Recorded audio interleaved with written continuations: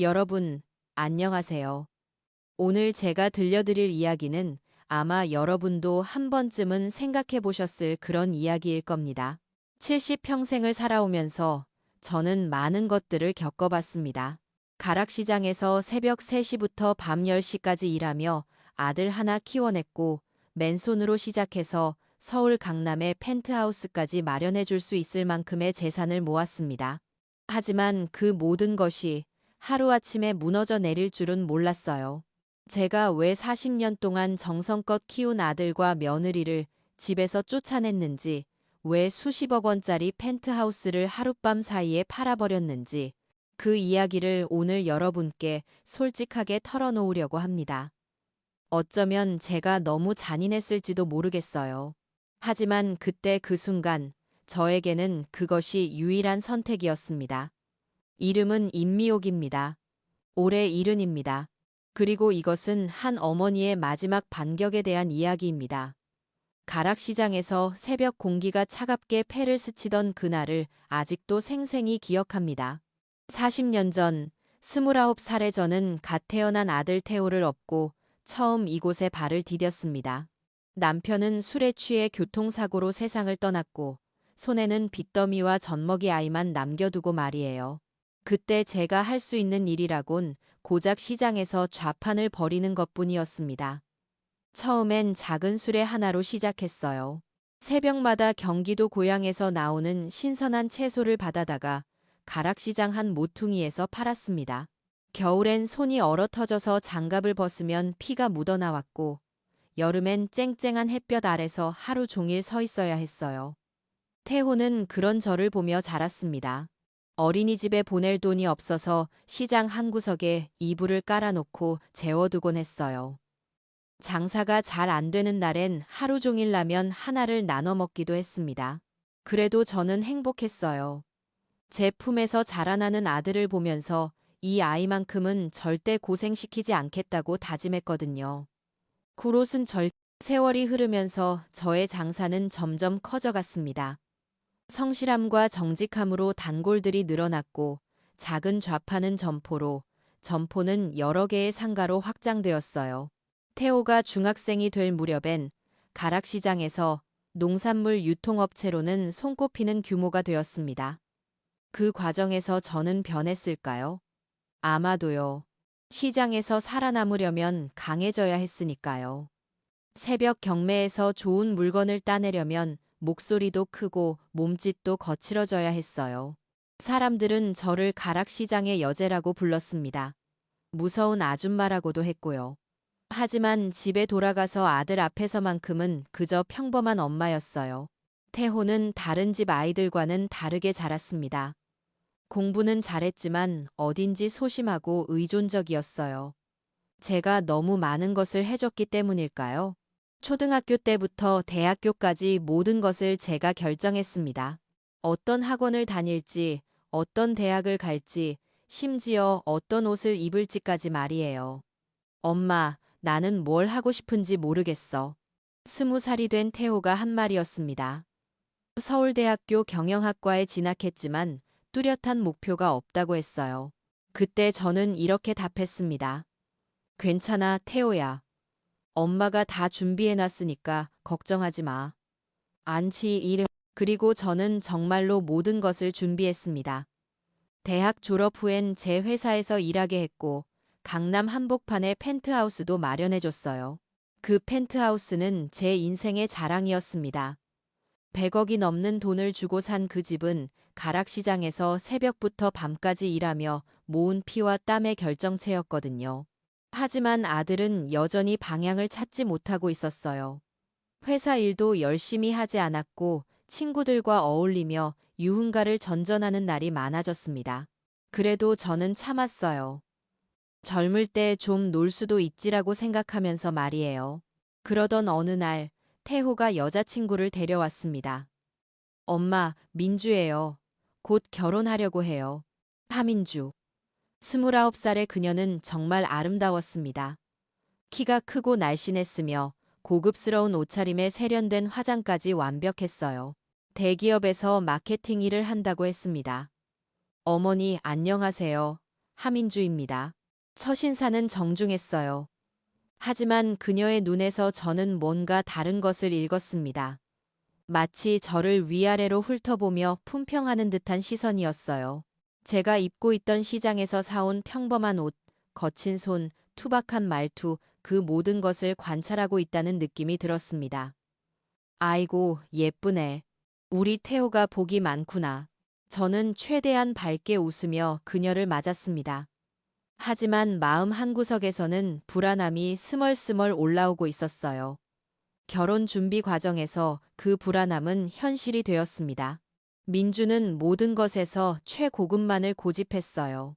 웨딩홀은 시내 최고급 호텔, 신혼여행은 유럽 한 달 코스, 심지어 혼수까지 모든 것을 명품으로만 맞추겠다고 했습니다. 어머니, 요즘엔 이 정도는 기본이에요. 태호 오빠 친구들도 다 이렇게 해요. 제가 조금이라도 아끼려는 기색을 보이면 민주는 그렇게 말했습니다. 태호는 중간에서 어쩔 줄 몰라 했고 결국 모든 결정권은 저에게 넘어왔어요. 결혼식 비용만 3억 원이 들었습니다. 시장에서 30년 동안 벌어들인 돈이 하루아침에 사라지는 것 같았어요. 하지만 저는 참았습니다. 아들이 좋아하는 여자인데 뭘 못해주겠어라고 생각하면서 말이에요. 결혼 후 두 사람은 제가 마련해준 강남 펜트하우스에서 신혼생활을 시작했습니다. 저는 여전히 가락시장 근처 작은 아파트에서 살고 있었어요.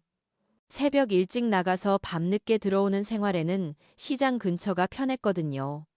처음 몇 달은 괜찮았습니다. 민주도 저에게 예의 바르게 굴었고 태호도 행복해 보였어요. 하지만 시간이 지나면서 조금씩 변화가 감지되기 시작했습니다. 제가 펜트하우스에 놀러 갔을 때였어요. 민주가 친구들과 전화 통화를 하고 있었는데 제가 들리지 않는다고 생각했나 보더라고요. 응, 시어머니, 그냥 시장 아줌마야. 완전 촌스러워 죽겠어. 옷도 맨날 그따위로 입고 다니고 말하는 것도 영 시원찮고. 아, 진짜 스트레스야. 그 순간 가슴이 철렁 내려앉았습니다. 하지만 저는 모른 척했어요. 아들이 사랑하는 여자인데 제가 끼어들어서 문제를 만들고 싶지 않았거든요. 그 뒤로도 비슷한 일들이 계속 일어났습니다. 제가 만든 음식을 먹지 않는다거나 제 선물을 받고도 고맙다는 인사조차 없다거나 제가 있을 때 일부러 영어나 어려운 말을 써서 저를 소외시킨다거나 어머니, 민주가 임신했어요. 결혼 1년 후 태호가 기쁜 소식을 전해왔습니다. 저는 정말 기뻤어요. 손자를 볼 수 있다는 것만으로도 그동안의 서운함을 다 잊을 수 있을 것 같았거든요. 임신 기간 동안 저는 민주를 극진히 돌봤습니다.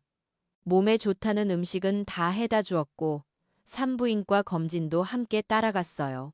민주는 입으로는 고맙다고 했지만 여전히 그 눈빛은 차가웠습니다. 어머니 산후조리원은 최고급으로 잡아주세요.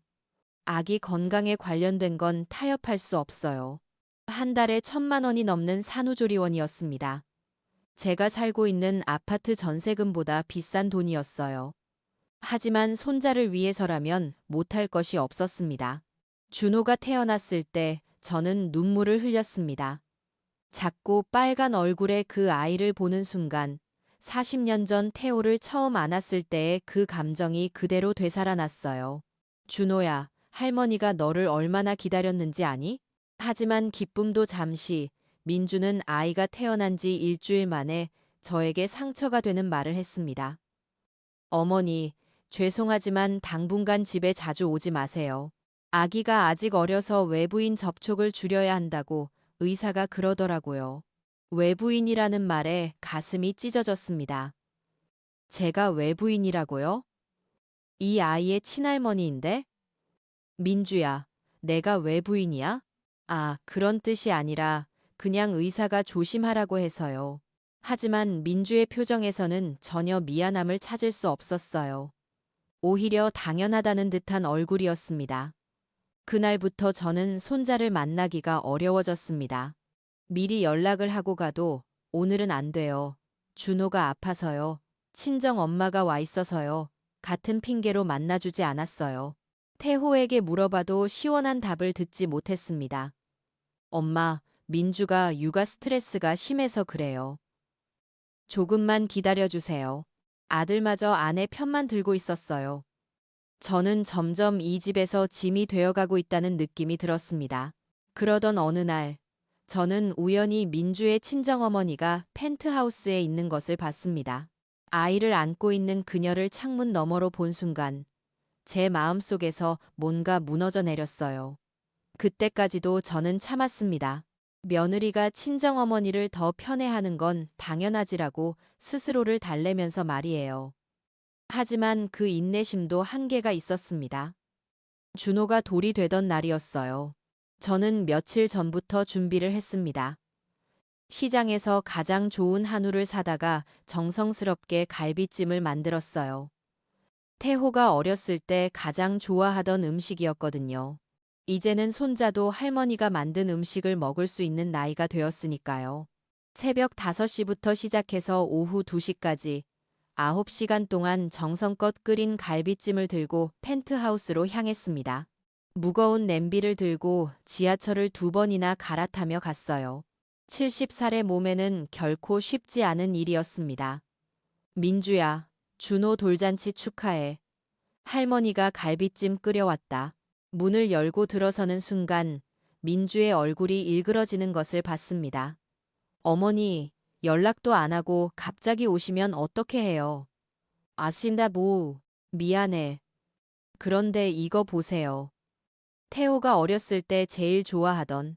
제 말이 끝나기도 전에 민주는 냄비를 받아들고는 바로 부엌으로 들고 갔습니다. 저는 기뻐하며 따라갔어요. 그런데 그 다음 순간 제가 본 것은 쿵! 민주가 9시간 동안 정성껏 끓인 제 갈비찜을 통째로 쓰레기통에 버리는 모습이었습니다. 민주야? 왜? 어머니, 죄송해요. 그런데 집에 냄새가 너무 많이 나요. 준호가 알레르기가 있어서 음식 냄새에 민감하거든요. 그 순간 저는 몸이 굳어버렸어요. 9시간 동안 정성껏 끓인 음식이, 제 마음이, 제 사랑이 모두 쓰레기통 속으로 사라지고 있었습니다. 냄새가 난다고? 네. 그리고 사실 저희는 요즘 건강식 위주로 먹고 있어서 이렇게 기름진 음식은 잘 안 먹어요. 민주의 목소리에는 사과하는 기색이 전혀 없었어요. 오히려 당연하다는 듯한 어조였습니다. 그때 태호가 들어왔습니다. 엄마, 언제 오셨어요? 태호야, 엄마가 갈비찜을. 아, 엄마. 그런데 연락 좀 하고 오시지. 민주가 깜짝 놀랐잖아요. 아들마저 저를 탓하고 있었어요. 제가 잘못한 게 뭔가요? 손자 돌잔치에 음식을 가져온 게 잘못인가요? 준호는 어디 있어? 아, 잠들어 있어요. 깨우면 안 돼요. 손자 얼굴 한번 보지 못하고 그냥 돌아서야 하는 상황. 하지만 그것도 끝이 아니었습니다. 어머니, 민주가 저를 불렀어요. 돌아보니 그녀 손에는 작은 열쇠가 들려 있었습니다. 이거 뭐야? 어머니가 쉴 곳이 필요하실 것 같아서요. 근처에 원룸 하나 얻어뒀어요. 오늘 너무 피곤하셨을 텐데 여기서 쉬다가 가세요. 원룸 열쇠, 그것은 이 집에서 나가라는 뜻이었습니다. 내가 여기서 쉴 수 없다는 거야? 아, 그런 게 아니라 준호가 아직 어려서 밤에 자주 깨거든요. 어머니 잠 방해될까 봐서요. 거짓말이었어요. 준비된 듯한 말투, 미리 준비해둔 열쇠. 모든 것이 계획적이었습니다. 태호야. 저는 아들을 봤습니다. 혹시나 해서. 혹시나 아들이라도 저를 말려주기를 바라면서. 엄마, 민주 말이 맞는 것 같아요. 오늘 하루만. 그 순간 세상이 무너지는 것 같았어요. 40년 동안 키운 아들이, 제가 모든 것을 바쳐서 사랑한 아들이 저를 집에서 내쫓고 있었습니다. 열쇠를 받아든 제 손이 떨렸어요. 70살의 나이에 제가 사준 집에서 제가 사랑하는 사람들에게 쫓겨나고 있었습니다. 알겠어. 더 이상 할 말이 없었어요. 아니, 너무 많은 말이 목구멍까지 올라왔지만 차마 내뱉을 수 없었습니다. 민주가 알려준 원룸은 지하였습니다. 곰팡이 냄새가 나는 습한 지하 원룸에 누워서 저는 천장을 바라보며 울었어요. 70년을 살아오면서 이렇게 서러운 적이 있었나 싶었습니다. 그날 밤 저는 잠을 이루지 못했어요. 머릿속에서는 온갖 생각들이 뒤엉켰습니다. 내가 뭘 잘못했지? 아들을 너무 사랑한 게 잘못인가? 며느리에게 너무 잘해준 게 잘못인가? 새벽이 되어서야 저는 하나의 결론에 도달했습니다. 더 이상은 안 돼. 이런 식으로는 안 돼. 다음 날 아침, 저는 부동산 중개업자에게 전화를 걸었습니다. 여보세요, 김 실장님? 저 임미옥입니다. 강남 펜트하우스 말이에요. 팔려고 합니다. 네? 갑자기 왜요? 며느님이랑 손자분이 살고 계시는 거 아닌가요? 상관없어요. 얼마든지 상관없으니까 빨리 팔아주세요. 현금으로 즉시 거래 가능한 사람으로요. 김 실장은 놀란 목소리였지만 제 결심은 확고했습니다. 알겠습니다. 그런데 사모님, 정말 괜찮으신 거죠? 괜찮아요. 빨리 처리해 주세요. 전화를 끊고 나서 저는 가락시장으로 향했습니다. 평소처럼 새벽 경매에 참여하면서 마음속으로는 계획을 세우고 있었어요. 오후에 김 실장에게서 연락이 왔습니다. 사모님, 현금 거래 원하시는 분 있어요. 부동산 투자하시는 분인데 즉시 계약 가능하다고 합니다. 좋아요. 언제 만날까요? 내일 오후 어떠세요? 펜트하우스에서 직접 보고 계약하시죠. 그럼인 그린저분은 발선나네. 그럼 내일 오후 2시에 펜트하우스에서 만나요. 아, 그리고 김 실장님, 구매자분께 부탁드려요. 현재 거주자들이 모르게 해달라고요. 다음 날, 저는 평소보다 일찍 시장 일을 마치고 펜트하우스로 향했습니다. 마음이 무거웠지만 동시에 뭔가 시원한 기분도 들었어요. 김 실장과 구매자가 먼저 와 있었습니다. 구매자는 40대 중반의 남자로 여러 채의 부동산을 소유한 투자자라고 했어요. 좋은 집이네요. 조건대로 현금으로 즉시 거래하겠습니다. 고맙습니다. 계약서를 작성하는 동안 저는 이 집에서의 추억들을 떠올렸어요. 태호와 민주의 신혼집으로 마련해줬을 때의 기쁨, 준호가 태어났을 때의 감동. 하지만 이제는 모두 과거의 일이었습니다. 그런데 언제 인도받으면 되나요? 지금 당장도 상관없어요. 현재 거주자들한테는 제가 직접 통보할게요. 치인계리 간정과정계, 단정과정과정계, 당장과정계, 단정과정과정계, 단정과정계, 단정과정과정계, 단정과정과정계, 계약이 완료된 후 저는 김 실장에게 부탁했습니다. 오늘 오후 5시에 현재 거주자들이 집에 돌아올 거예요. 그때 함께 가주세요. 오후 5시. 저는 새로운 집주인 김 실장과 함께 펜트하우스 현관 앞에서 기다리고 있었습니다. 엘리베이터 소리가 들리더니 태호와 민주가 쇼핑백을 들고 올라왔어요. 엄마? 태호가 저를 보고 깜짝 놀랐습니다. 태호야, 민주야. 소개할 사람이 있어. 네, 누구세요? 민주가 새로운 집주인을 보며 물었어요. 이분이 이제 이 집의 새 주인이야. 네? 내가 이 집을 팔았어.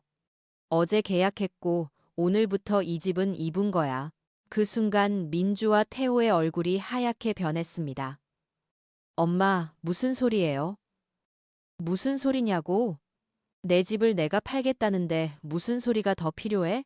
민주가 제게 달려들었어요. 어머니, 미쳤어요? 갑자기 이게 뭐예요? 미쳤다고? 내가? 그 순간 저는 어젯밤 지하 원룸에서 느꼈던 그 모든 서러움이 한꺼번에 치밀어 올랐어요. 민주야, 내가 미친 게 아니라 내가 정신을 차린 거야.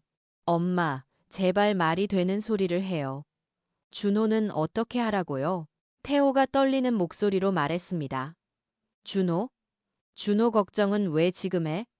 할머니가 손잡으려고 할 때는 언제고? 저는 민주를 똑바로 쳐다봤어요. 어제 내가 9시간 동안 끓인 갈비찜을 쓰레기통에 버릴 때는 준호 생각 안 했어? 나를 지하 원룸으로 내쫓을 때는 민주의 얼굴이 더욱 하얗게 변했습니다. 그건 뭐야? 변명할 거야? 새로운 집주인이 조심스럽게 말했어요. 죄송한데 언제까지 이사 나가시면 되나요? 민주가 그 사람을 향해 소리쳤습니다. 이사? 무슨 이사요? 이건 말도 안 돼요. 말도 안 된다고?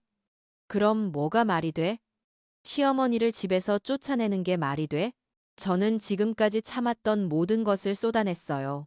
내가 얼마나 너희들을 위해 희생했는데?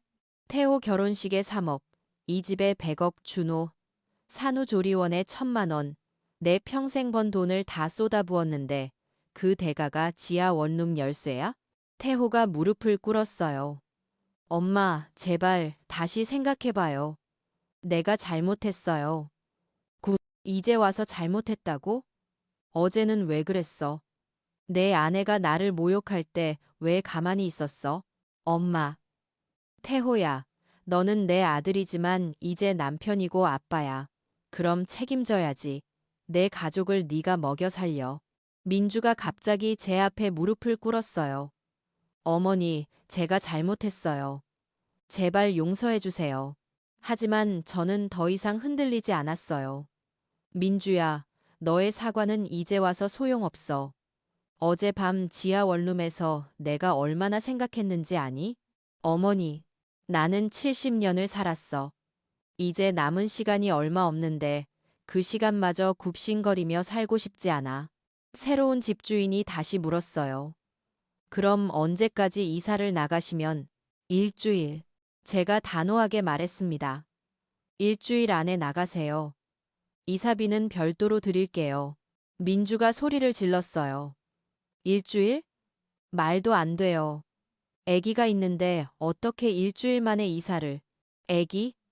그 아기 때문에 나한테 원룸 열쇠 던져줬으면서? 저는 가방에서 어제 받았던 그 열쇠를 꺼내 민주 앞에 던졌어요. 이거 받아, 너희가 써. 그리고 저는 돌아서서 걸었습니다. 뒤에서 태호와 민주가 뭐라고 소리치고 있었지만 듣지 않았어요. 엘리베이터를 타고 내려가면서 저는 이상하게 후련했습니다. 가슴속에 맺혔던 응어리가 풀리는 것 같았어요. 하지만 집에 돌아와서 혼자 앉아 있으니 후회가 밀려왔습니다. 내가 너무 심했나? 그래도 손자가 있는데 그날 밤 태호에게서 전화가 왔어요. 엄마, 제발 다시 생각해봐요. 준호는 어떻게 해요? 태호야, 준호는 네가 키워야지. 아빠잖아. 엄마, 나 돈이 없어요. 어떻게 살라고요? 돈이 없다고? 그럼 벌어야지. 엄마. 태호야, 너 올해 40이야. 이제 엄마 젖대야 하는 거 아니야? 전화를 끊었지만 마음이 아팠어요. 그래도 돌이킬 수는 없었습니다. 며칠 후 민주에게서 문자가 왔어요. 어머니, 정말 죄송합니다. 제가 너무 철없었어요. 어머니 없이는 정말 살 수 없어요. 제발 용서해 주세요. 하지만 저는 답장하지 않았어요. 사과는 이미 때가 지났다고 생각했거든요. 일주일 후 정말로 그들은 펜트하우스에서 나갔습니다. 어디로 갔는지는 몰랐어요. 태호도 회사에 나오지 않았습니다. 한 달이 지났을 때 김 실장에게서 연락이 왔어요. 사모님, 따님이랑 사위분이 어떻게 지내시는지 아세요? 왜요? 아니, 그냥 궁금해서요. 요즘 태호 씨 시장에서 일하신다고 들었는데, 시장에서 일한다고요? 저는 깜짝 놀랐어요. 다음 날, 저는 시장을 돌아다녔습니다. 그리고 한 모퉁이에서 태호를 발견했어요. 손수레를 끌고 채소를 나르고 있더라고요. 태호야. 제가 부르자 태호가 돌아봤어요. 한 달 만에 본 아들의 모습은 많이 달라져 있었습니다. 살이 빠지고 피부가 거칠어졌어요.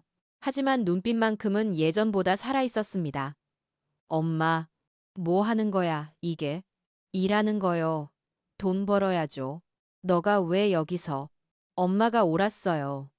저는 정말 아무것도 모르고 살았어요. 태호가 손수레를 놓고 저를 봤어요. 처음엔 정말 원망스러웠어요. 어떻게 엄마가 나를 이렇게 할 수 있나 싶었거든요. 근데 직접 해보니까 엄마가 얼마나 힘들게 저를 키웠는지 알겠어요. 그 말을 들으니 눈물이 났어요. 민주는 어떻게 지내? 열심히 살고 있어요. 작은 가게에서 아르바이트 하면서 준호 키우고 있어요. 힘들겠네. 네, 힘들어요. 근데 예전보다 훨씬 진짜 같아요. 가짜로 살았던 것 같아요. 그동안은. 저는 태호의 거친 손을 봤어요. 한 달 만에 이렇게 될 수가 있나 싶었습니다. 엄마, 저 용서해 줄 수 있어요? 태호야. 저는 바보였어요. 엄마가 해준 게 얼마나 소중한 건지도 모르고 민주도 많이 반성하고 있어요. 그날부터 저는 몰래 태호를 지켜봤어요. 새벽 5시에 나와서 밤 9시까지 일하는 모습을 보면서 이제야 진짜 제 아들이 되어가고 있다는 생각이 들었습니다. 어느 날 태호가 일하다가 손수레에 발을 찧어서 다쳤어요. 저는 몰래 지켜보고 있다가 참을 수 없어서 달려갔습니다. 태호야, 괜찮아? 엄마, 왜 여기 계세요? 발 많이 다쳤어? 병원 가자. 괜찮아요. 이런 거 가지고 병원 갈 수는 없어요. 그 말을 들으니 마음이 아팠어요. 예전 같으면 작은 상처라도 난리가 났을 텐데 병원비는 내가 낼게. 가자. 병원에서 상처를 치료받고 나오는 길에 태호가 말했어요. 엄마, 고마워요. 뭘? 저를 이렇게 만들어줘서 고마워요. 이제야 사람이 된 것 같아요. 그날 밤, 저는 민주와 준호가 사는 작은 원룸을 찾아갔어요. 한 달 동안 미안한 마음이 계속 쌓여 있었거든요. 초인종을 누르자 민주가 나왔어요. 저를 보고 깜짝 놀라는 표정이었습니다. 어머니? 민주야, 준호 잘 있어? 네, 들어오세요. 작은 원룸 안은 깔끔하게 정리되어 있었어요. 준호가 자고 있는 모습을 보니 가슴이 뭉클했습니다. 민주야, 미안해. 네. 너무 심하게 했어. 손자까지 못 보게 하는 건 너무했어. 민주가 울기 시작했어요. 어머니, 제가 잘못했어요. 정말 죄송해요. 이제 됐어. 그만 울어. 어머니, 저 정말 많이 반성했어요. 그동안 얼마나 버릇없었는지, 어머니한테 얼마나 상처를 드렸는지, 민주의 손도 예전과 달리 거칠어져 있었어요. 힘들지? 네, 힘들어요. 근데 이게 진짜 제 인생인 것 같아요. 그동안은 꿈을 꾸고 있었던 것 같아요. 그날부터 저는 조금씩 그들을 도왔습니다. 몰래 태호가 일하는 곳에 일거리를 더 주선해주고 민주에게는 시장 한 구석에 작은 가게를 내줬어요. 어머니, 이런 건 받을 수 없어요. 받는 게 아니라 빌려주는 거야. 나중에 갚으면 돼. 정말 갚을게요. 알아. 준호도 이제 걸어다니기 시작했어요. 저를 보면 할머니라고 부르며 달려와 안겼습니다. 그럴 때마다 그동안의 모든 아픔이 녹아내리는 것 같았어요. 어느 날, 태호가 저에게 와서 말했어요. 엄마, 이제 회사 일도 배우고 싶어요. 정말? 네. 그동안 시장 일만 하면서 엄마가 얼마나 대단한 사람인지 알게 됐어요.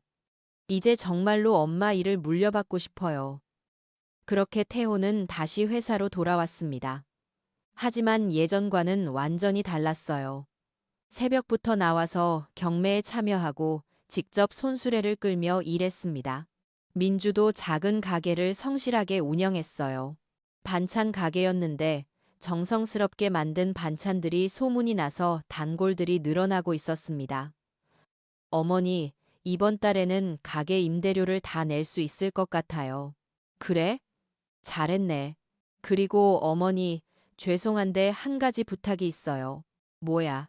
준호가 어머니를 너무 보고 싶어 해요. 가끔이라도 저희 집에 놀러 와 주시면 안 될까요? 저는 웃으며 대답했어요. 그래, 한번 놀러 갈게. 그날 저녁, 저는 태호와 민주의 작은 집에 갔어요. 예전 펜트하우스와는 비교도 안 되는 작은 집이었지만 왠지 더 따뜻했습니다. 할머니, 준호가 저를 보고 달려와 안겼어요. 준호야, 할머니 보고 싶었어? 응, 많이. 저는 가방에서 작은 선물을 꺼냈어요. 장난감이 아니라 작은 앞치마였습니다. 이게 뭐야, 할머니? 준호가 요리 배울 때 입으라고 만들었어.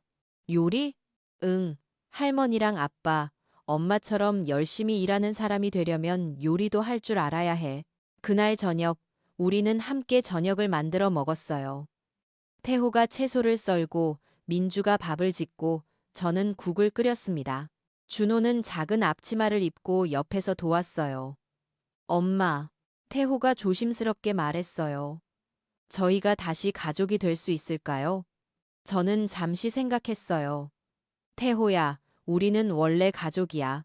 다만, 이제는 서로를 존중하는 가족이 된 거지. 존중하는 가족? 응. 예전엔 내가 너희들에게 모든 걸 해줬지만, 너희들은 그걸 당연하게 생각했어. 이제는 서로가 노력해서 만들어가는 가족이야. 민주가 눈물을 흘리며 말했어요. 어머니, 정말 죄송해요. 그리고 고마워요. 고맙긴 뭘. 어머니가 저희를 혼내주지 않았다면 저희는 영원히 철없는 사람들로 살았을 거예요. 그날 밤 저는 오랜만에 푹 잤어요. 마음이 편했거든요. 한 달 후 태호가 저에게 와서 말했어요. 엄마, 이제 새 집으로 이사하려고 해요. 새 집? 네. 민주 가게도 잘 되고, 제가 회사에서 받는 월급도 있고, 이제 조금 더 큰 집에서 살 수 있을 것 같아요. 그래? 좋네. 그런데 엄마도 함께 사시면 안 될까요? 저는 놀랐어요. 나도? 네. 이번엔 정말로 모시고 싶어요. 예전처럼 엄마한테 의존하는 게 아니라 저희가 엄마를 모시고 싶어요. 태호야, 엄마가 늙으셨잖아요. 이제 저희가 엄마를 돌봐드려야죠. 민주도 옆에서 말했어요.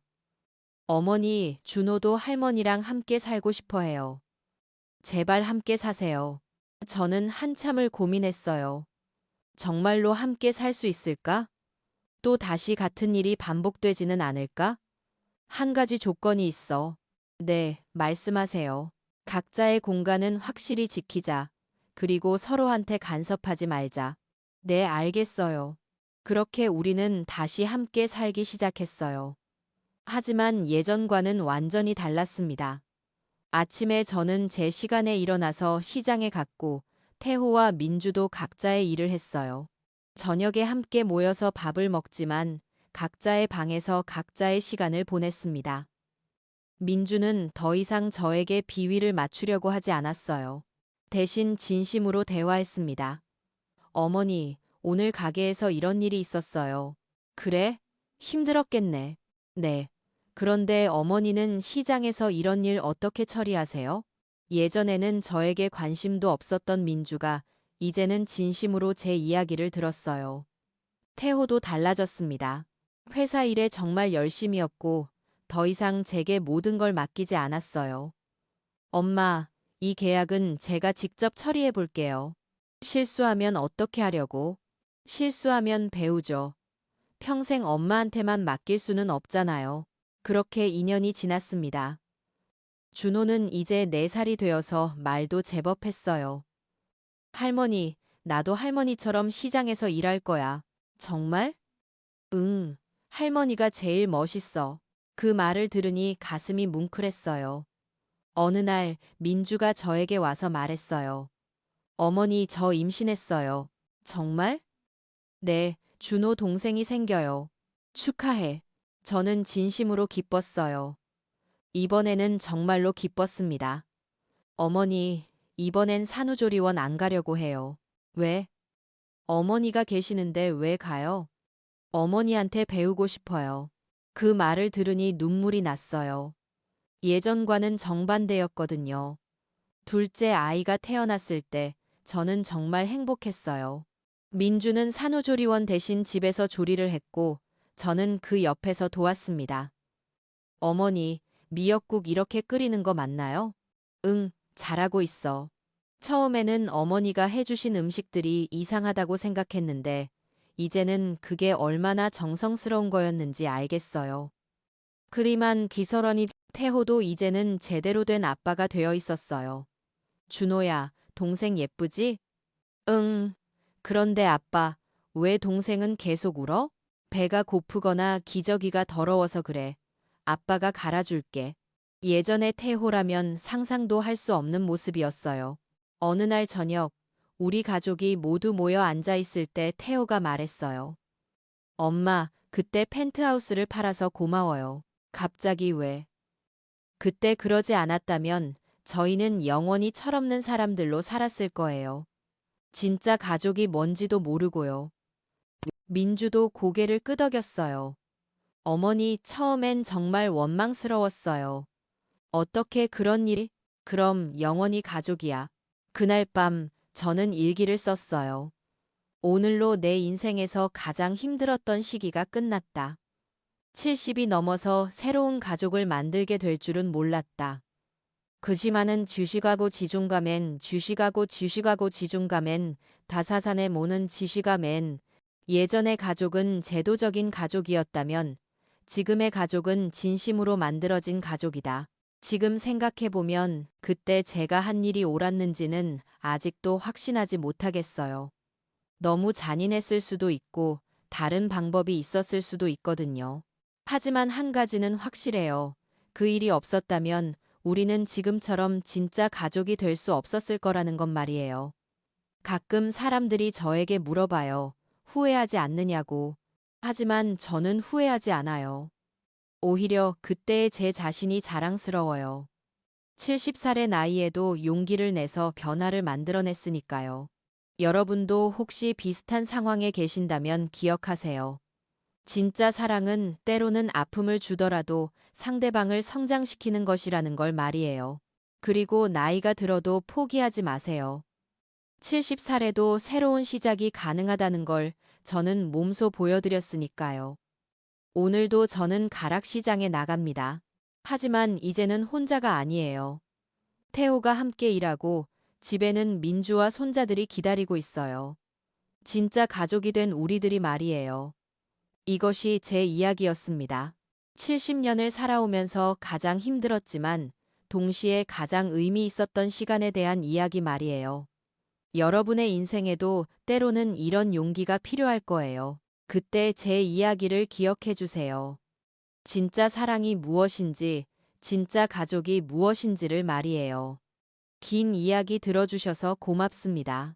여러분도 모두 행복한 가족을 만들어 가시길 바라겠습니다.